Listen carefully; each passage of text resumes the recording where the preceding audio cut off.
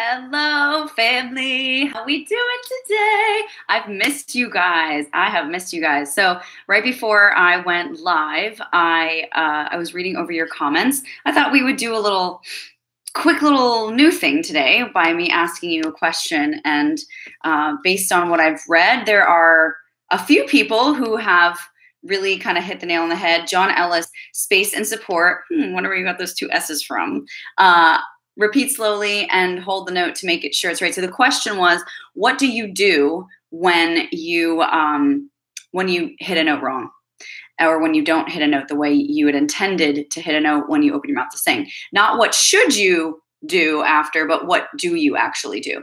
And John Ellis said, space and support, repeat slowly and hold the note to make sure it's right.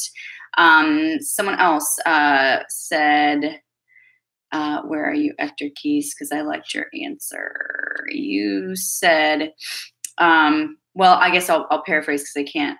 Yeah, he said, Hector Keys says, I lower it down by a few keys and try to go up little by little until I can get it, or at least I think I've gotten it. Haha, there's the rub, right? Yes, so those two things I think are probably the best answer. So what do we do when we go for a note and it doesn't come out right, or you crack, or you splat, or you're flat, or you're sharp, or you kind of get the note, but then you don't know how to get off the note? These are all kind of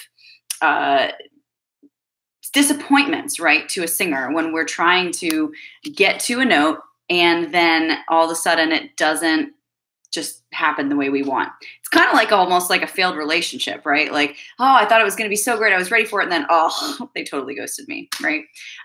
So it's disappointing. And there's a sense of frustration in there. There's a sense of self-doubt in there.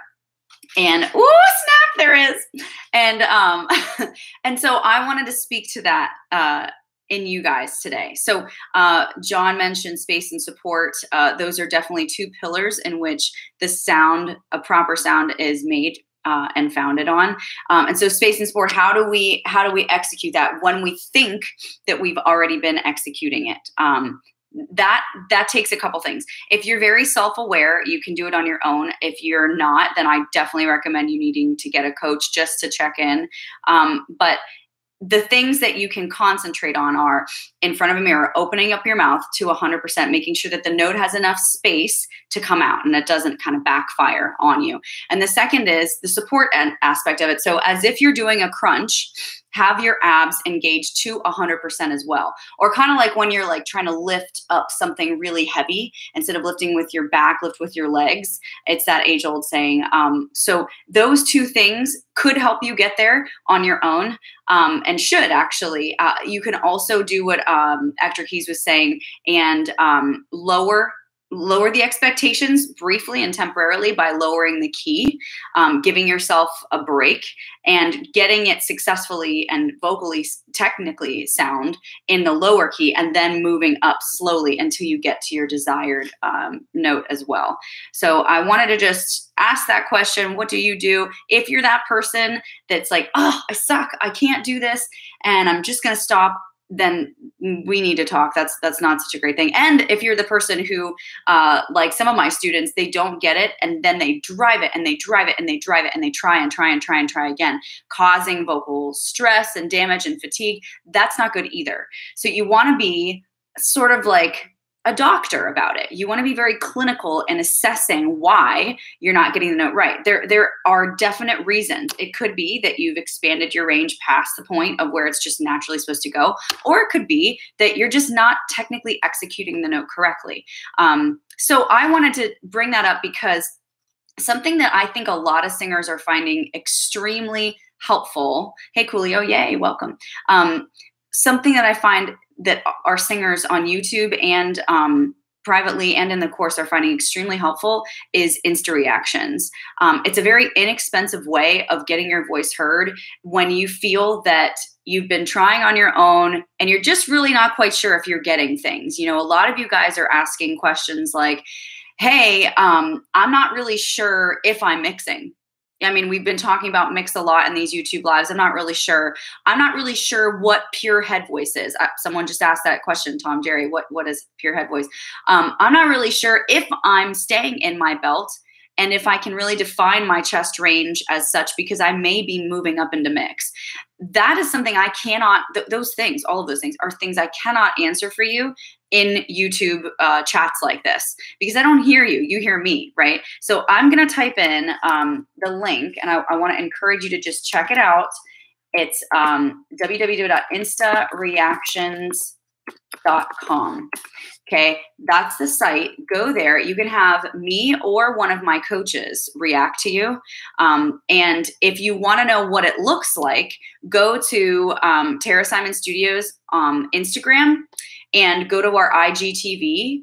If you haven't liked us already on Instagram, you should, because I post tips and tricks and vocal hacks on there, like real quick little things, tidbits for you guys on a pretty regular basis that you can go and also learn from as well. So if you haven't liked us already on Instagram, go to, here's the Tara Simon Studios, which is super simple. And then go to IGTV, Instagram TV, and you can see me and a couple of my other coaches reacting to people like you and see how great that is, because actually there's been a lot of repeats. So people have done the Insta reaction and intended to just do it once, and now they're doing more and more, because what we do in the Insta reaction is really, really like a private lesson, only much less expensive. So what we do is we take your song.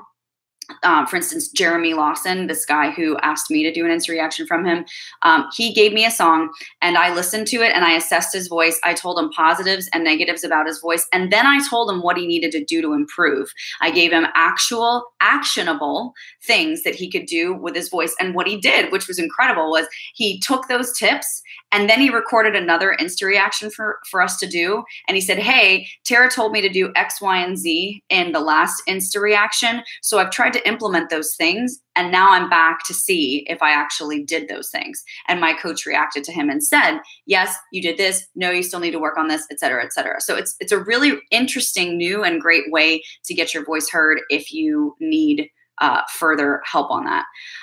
So a couple questions here. Let's see, guys. Hey, Detroit, nice to see you. Oh, thank you so much. Thank you so much. Oh, gosh, so many things, so many things. Okay. I'm trying to get to Chris Sparks. I'm almost afraid of having you do a reaction to my voice. I have both positive and negative reactions from people in the past, and it scares me a little. Okay, let's talk about fear for a second. All right, let's talk about fear. Listen, guys, I'm a vocal coach. I am not a judge, okay? And let's talk about the difference, all right? So when I think because of these shows like X Factor, Idol, The Voice, America's Got Talent, I think singers that are in their home watching feel like, the site again is Insta-Reactions.com, so www.instareactions.com. And if anyone else asks while I'm talking, go ahead and retype it, guys, for me. Fear is a liar. Yes, it is. There it is for you, DMAC. So when you're watching these things and you're watching these judges react to someone singing on television, that's not what I'm talking about when I'm talking about Insta reactions.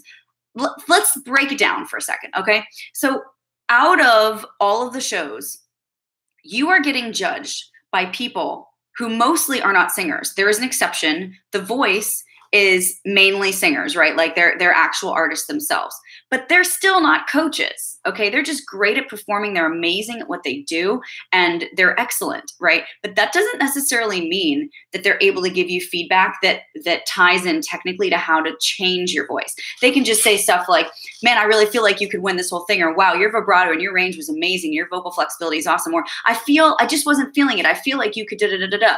But that doesn't mean that they're a coach, right? There's a difference between being a great singer and being a great singer who's also a great coach. You can be one without the other, okay? And you can also be both. I like to think that I'm both, but that's your opinion, right? Everybody has their person, right? It's kind of like finding a massage therapist. You know, it doesn't mean just because you don't like them, they're not good. They're just not your person, right? So when you say you're afraid, I want you to understand that those shows are made for entertainment, okay? That's not what an Insta reaction is. An Insta reaction is me supporting you or my coaches supporting you in living out your best vocal life. Okay. So there shouldn't be any fear because we are behind you. We're your biggest fans. We want you to succeed. When you give us your reaction, we want it to be great. And if it can be improved upon, we're not sitting here thinking, oh my gosh, they suck so bad. I just can't believe I have to listen to this. No, we're thinking, okay, there's some good things about their voice. There's some things that need to improve. How can I best serve them? How can I best support them in doing that? Let me do that. Okay, that's the big thing about it. So don't be afraid. And if you don't want it posted publicly as a reaction back, like we put it on our IGTV page, and then we DM you that it's up there. But if you don't want it public, we can get it to you via email or something else where it's just private if you'd like. That's totally fine.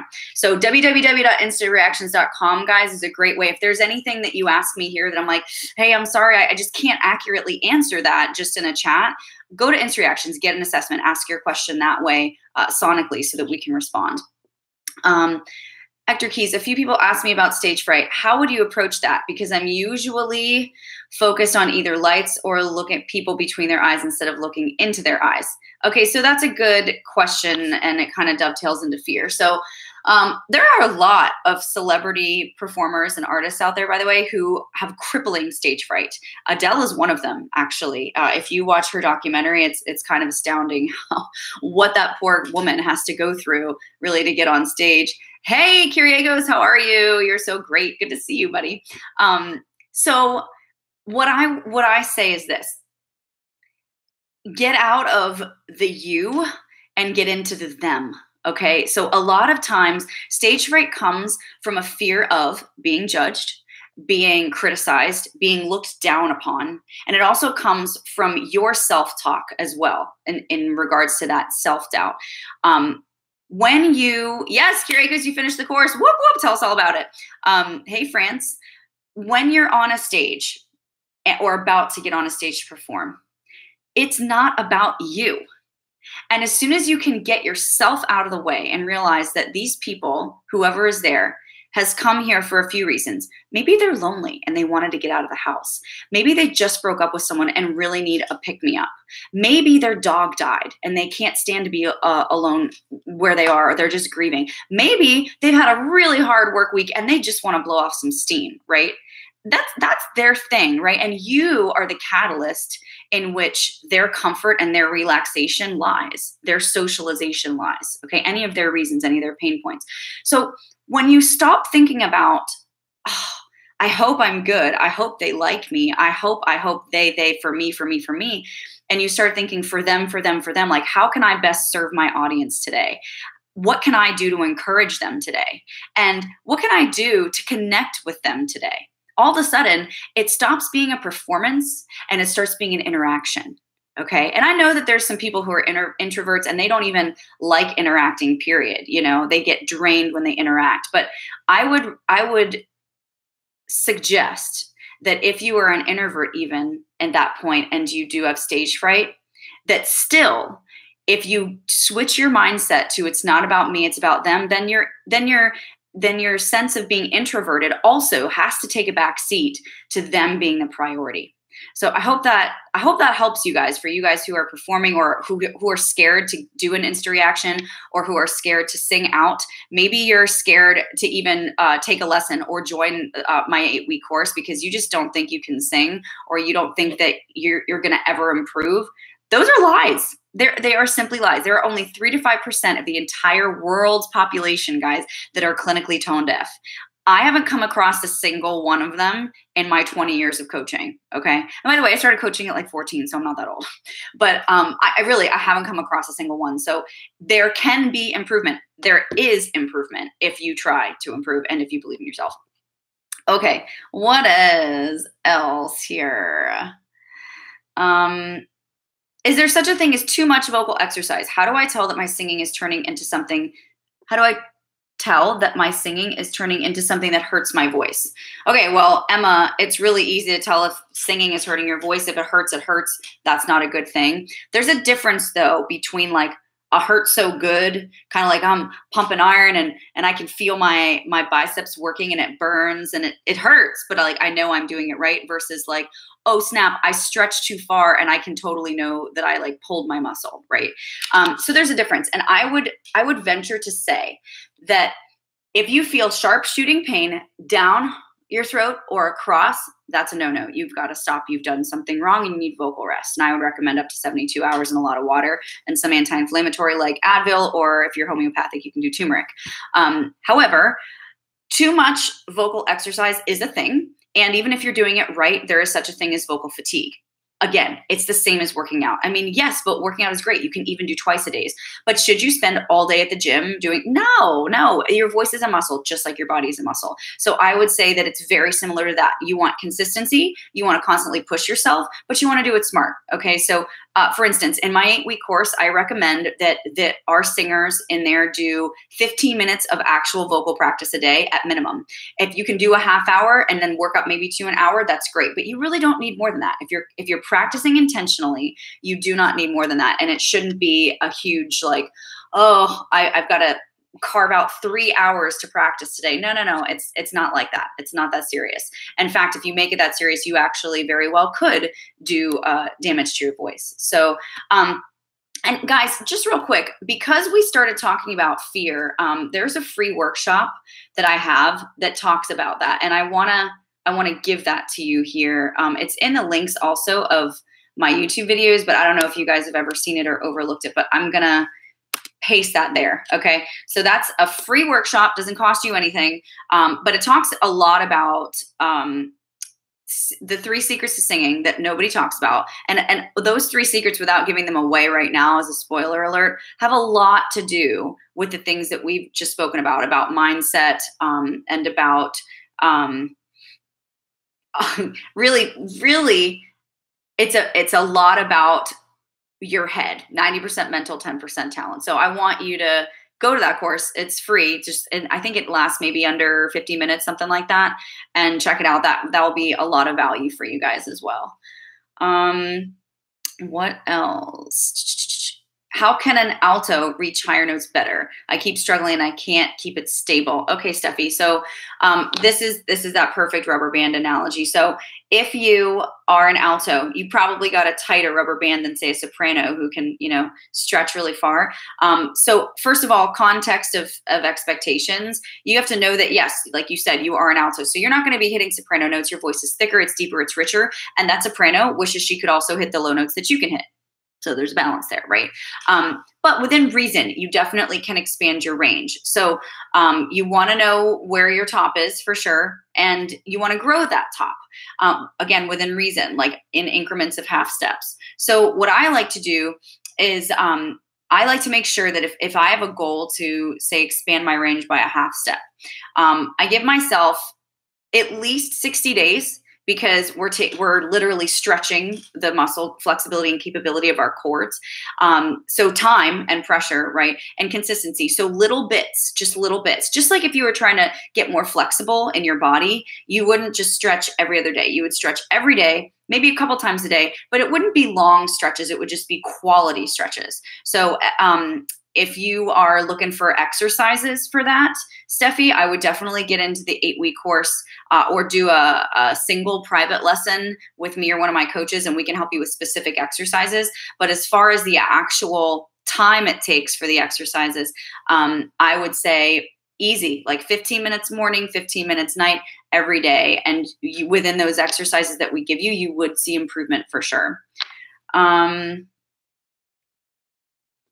Is there any way to listen without listening back to your voice? Can you tell if you're in mix or falsetto? Once you know that you have a mix and falsetto very clearly defined within you for muscle memory, then yes, you can go back. But if you don't, then you absolutely need to know what it feels like first. You have to have a very definitive feeling of where your chest voice is, what it feels like, where your mix is, what it feels like, where your head voice is or your falsetto, what it feels like. If you can't define those, then you're in trouble, because you're not going to be able to then call it out in your head, and you'll have no way of practicing one over the other. For instance, I have a student, she's a soon to be recording artist, and she has no idea, or had, I should say, no idea when she started with me, where her chest voice ended and where her mix began. And so when I asked her, like, what's your range in chest? She said, like, oh, it's an E, 4 or whatever. And I was like, I don't think so. Not based on what you've told me about your voice. Yeah, and totally. She was starting to mix at A, right? And that's like literally a fifth lower. And she was mixing, but thinking she was in chest all the way up to E. When actually after E, she went up to head voice. So what she was thinking was chest was also mix. And then she could define between that and head voice, but she couldn't define between chest and mix. So she was fooling herself and thinking that her voice was like all that and really powerful when it actually wasn't. She just had a really smooth, innate, natural mix. And I had to work with her for weeks and weeks actually on defining that feeling for her. And I wouldn't let her go past A. We had to stop at A because that's where she naturally mixed. And so when she practiced, I'm like, training wheels, you have to stop at A. You have to get more power here so that you can feel the change between chest and mix. The mix to head voice for her wasn't a problem, but the same principle applies. What else? Hi, Tara. How smoking affects to vocal cords? How does smoking affect my vocal cords? To my mind, my vocals became lower and I like it. Well, yeah, sure. Smoking can have a positive effect, quote unquote, on the timbre and texture and range on a low end of your voice. But I want to point out to you, Hypna, I can't pronounce your name. I want to point out to you that you said it became lower and you like it. Sure. But smoking is extremely bad for you. I mean, this is not the 1940s anymore where the research just wasn't there. It's bad. I would highly recommend you stop. You're going to lose range and your voice will get lower, but it's not going to keep the same height of range. So yes, that's cool that your voice is lower, but it's going like this. You're not going like this.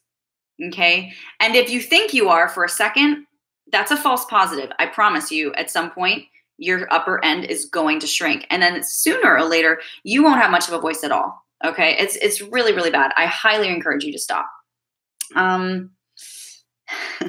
Angelina Chen, the age-old question. How do I sing low without sounding bad? I have trouble with it.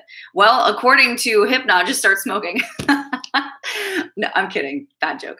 How do I sing low without sounding bad?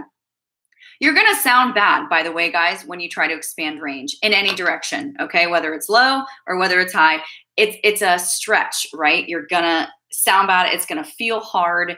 And that's just the way it goes, right? That with any kind of improvement, self-improvement, sonic improvement, image, whatever it is, nothing ventured, nothing gained, right? Nothing worth having was ever easy. So consistency, again, Angelina, make sure that you're not focusing so much on the sound, which is the end product, but you're focusing on the production of the sound. How am I producing this note? Am I thinking any extreme note, high or low, needs more space? Am I working off of the two pillars of space and support to create that sound? Am I making sure that I'm thinking in opposition? High, light, bright when I'm going really, really low, and low, deep, thick when I'm trying to sing really, really high. If you're working on those principles, then whatever it sounds like, it will eventually improve. And again, I want to set realistic expectations. There will be a point where that's just your bottom. You ain't getting any lower than that. You're a girl and you're not a frog, right? So like there's going to come a point where you're going to stop singing those low notes and you're going to know, okay, this is as low as I go. And I'm going to capitalize and improve upon that and make it as vocally sound as possible. I hope that answered your question. Let's see. Do you do whistle tone? I sure do. Today I was at, I don't know, A above high C. Let's see. You're welcome, Angelina. Is there any way to learn whistle tones? Yes, Kyle, you need voice lessons. That's not something that I can answer for you here. I don't address that in my 8-week course, but I do address the foundation to get to whistle tone. You have to have a great sense of placement in your head voice before you can go up higher. It's the same thing as walking before you run and crawling before you walk. But those are very advanced principles, whistle tone, things like that, that you definitely need lessons for, at least the 8-week course would give you a foundation for it and a precursor to it. And I can give you that link for that as well. Here's the link. Hang on. Let's see. Okay. I'm putting it in the chat right now. Okay. Let's see. What else? How to improve my chest voice? It sounds so airy. Benjo, you need to get in my course because it talks a lot about chest voice placement. Check out that link, the TaraSimonStudios.mykajabi, right above your comment, Benjo. There are so many modules about that. It's all video, by the way. So you definitely need to get into that course. That's a much less expensive option than taking private lessons, although I'm happy to coach privately and my coaches are happy to coach privately as well. But it's just a much better deal to do the course. Hi from Portugal. Let's see. My voice cracks when I sing very low notes. Please help. I'm a guy, but I use fake voice. You mean false voice?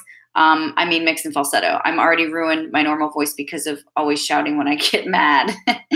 I don't know about that, George. I think you're believing a lie there. Your voice isn't ruined. Now, if you feel that there's seriously something wrong, I would recommend going to an ear, nose, and throat doctor and getting your voice scoped. If there are nodules, polyps, or nodes, then there either needs to be a complete vocal rest for a while, or you need to get that taken care of via surgery or some sort of therapy. Speech therapy sometimes helps a lot too. However, if I'm assuming that there's actually nothing wrong with your voice, then just like if you pulled a muscle, let's say from shouting, you pulled your vocal muscle, your body is an amazing vehicle and it will heal eventually, right? So I don't think that it's broken from shouting, in which case your voice cracks when you sing very low notes because you don't have enough support. Anytime there's a crack, it's because of a lack of space or support. So if you're dropping your jaw enough on the low notes, usually on the low end, it's more about support than it is about space. So I would suggest trying those low notes again in a plank position or in a crunch position to force the support in your abdomen and see if that helps you. It probably will. Odd question, Guy Oliver, but do you find that students who played instruments, violin, piano, find it easier to pitch their voice? 100%, yes.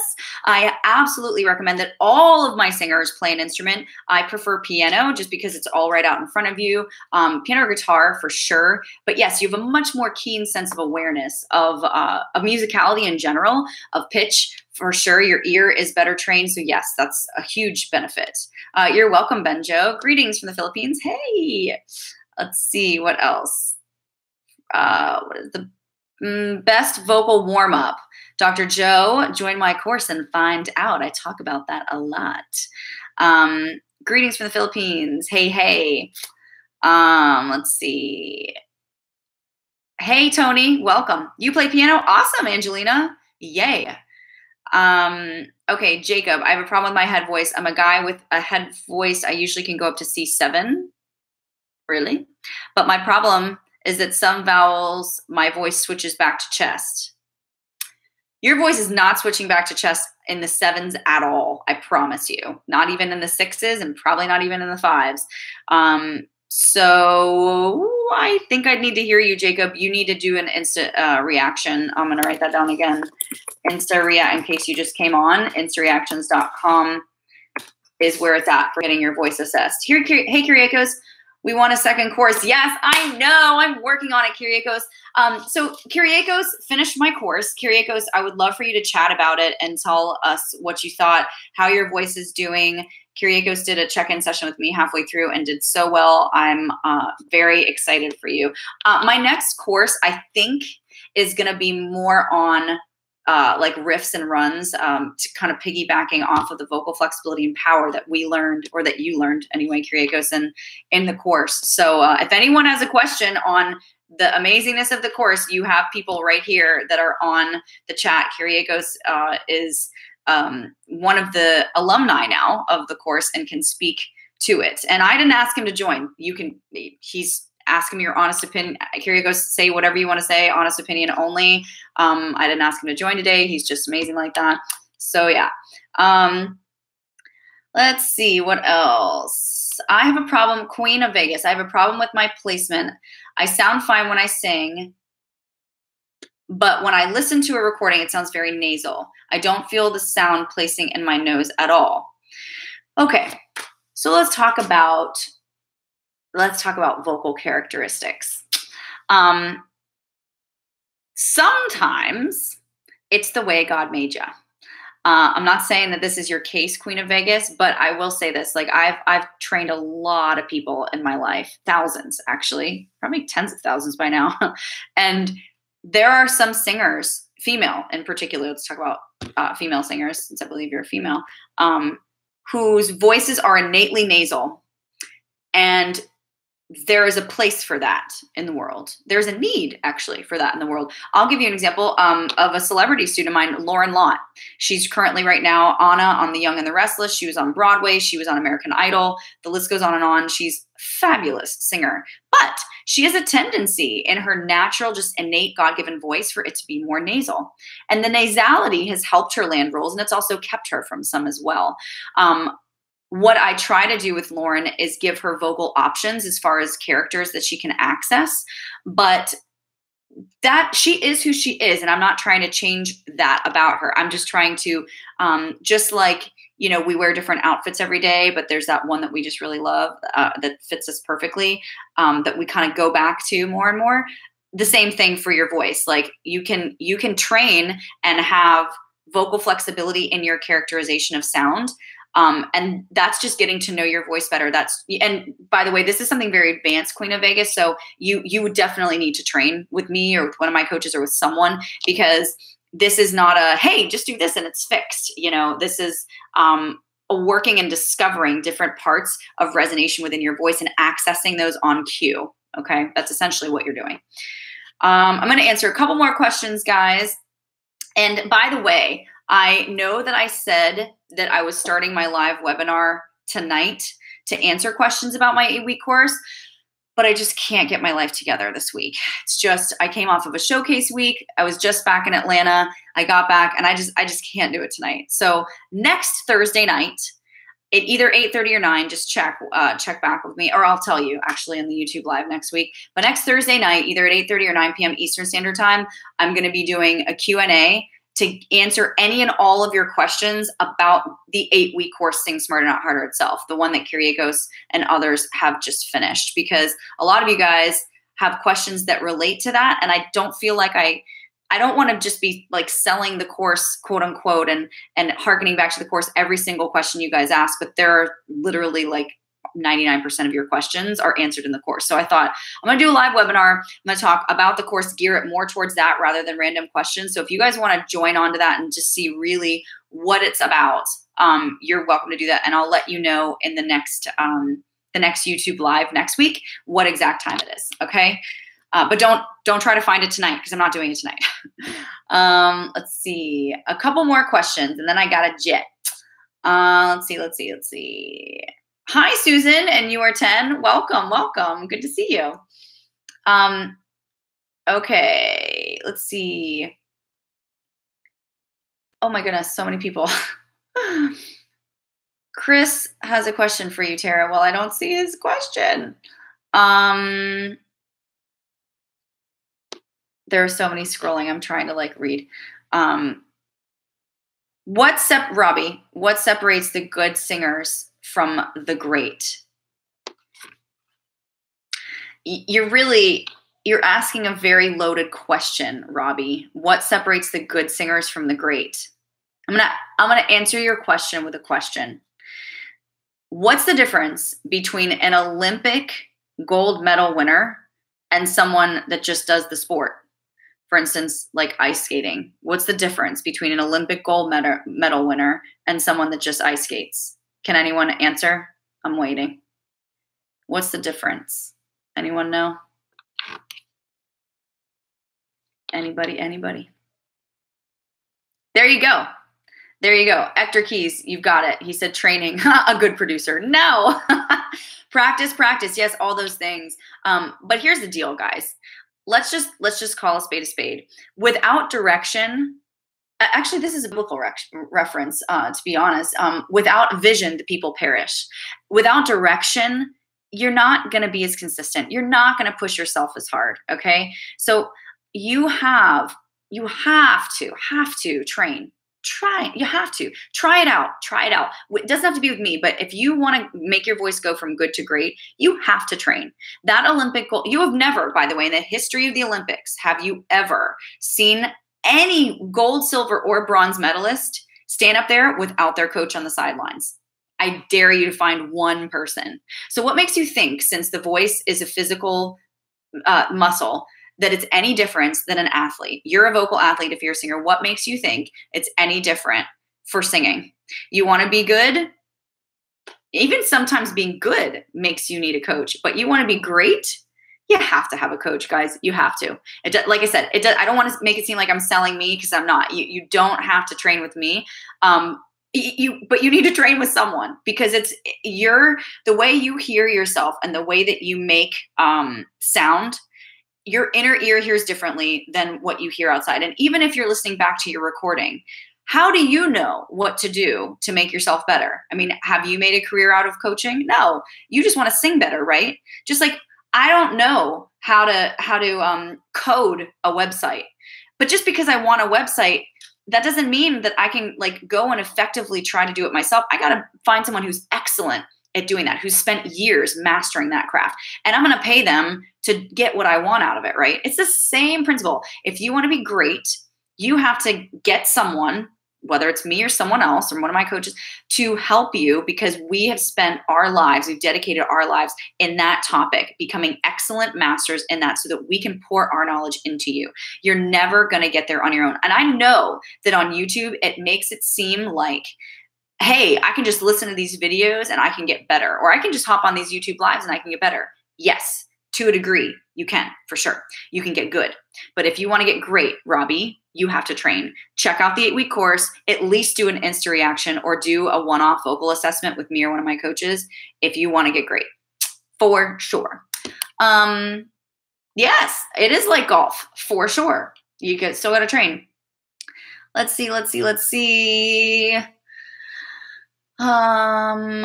Okay. And by the way, if Susan, I believe you asked a question. You're a vocal coach yourself, I believe. So you said, and I can't help you coach someone else. That's a conflict of interest, and actually, it's not ethical. If you want to email me and we can talk, fine. But I can't. If you're a vocal coach on here, you need to study and do vocal pedagogy on your own. I can't like give you information to then go teach someone else. What I'm saying may get lost in translation, and I don't want to do that to the student. Ooh, someone's calling me. I forgot to silence my phone. Okay, one more question. Ooh, my acid reflux affected my singing. What can I do vocally? Am I done? Nope, you're sure not. Acid reflux. So guys, if you're a singer, or want to be a singer and you have acid reflux, I would first recommend pinpointing what happens to you when you have acid reflux, like what gives you that, and avoid it. Most likely it's a food. Some people actually have a condition and it doesn't really matter what you eat. It's just something that happens to you. But I highly recommend sleeping on an incline. So instead of sleeping down, what happens when it's really bad, the worst when you're sleeping, because you're horizontal, right? So what happens is the acid comes up and it's trying to get out. And because you're laying like this, it comes up into your throat and the acid sits on your cords, and it's really, really damaging. It literally like fizzles them away. And so what I recommend is coming up on an incline, so that by gravitational pull, when that acid tries to come up, it doesn't come up as high. I've had singers in a week or two say, oh my gosh, marked improvements. My voice doesn't feel like ground beef when I wake up or try to sing anymore. So get one of those wedges and Roel, and see if that helps you. I know it's not the most ideal thing, sleeping not completely horizontal, but I'm telling you that should help and maybe even fix it vocally for you. And of course, try to see a doctor about the issue in itself. So guys, that's all I have time for today. It's a very, very busy coaching day for me. Again, Hey, love from Kentucky. If you guys want to do an Insta reaction or do the free workshop, I'm going to put all of those things here. If you want to do lessons, you can do that. Also, make sure, like I said at the beginning, for those of you who are new, make sure that you are following us on Facebook and on Instagram, because I do post some free things on Instagram advice-wise as well. And here's all of those links for you. Let me see if it'll do it. Why is it not sending? Send. Okay, I guess I have to do it one at a time. Hi, Cubanito Lindo. Look at all those kissy faces. So nice. That's so nice. Kissing you back. Okay, it's not sending one by one, so I'm gonna have to, all right, when I get off, I'm gonna go ahead and send the links one by one, guys, but it's gonna be Insta-Reactions.com, the free workshop, the 8-week course. It's gonna be a link to follow us on Instagram, and it's gonna be the Facebook too, okay? So hit us up on all those things, and I will see you on the next one. Bye, guys. Love y'all.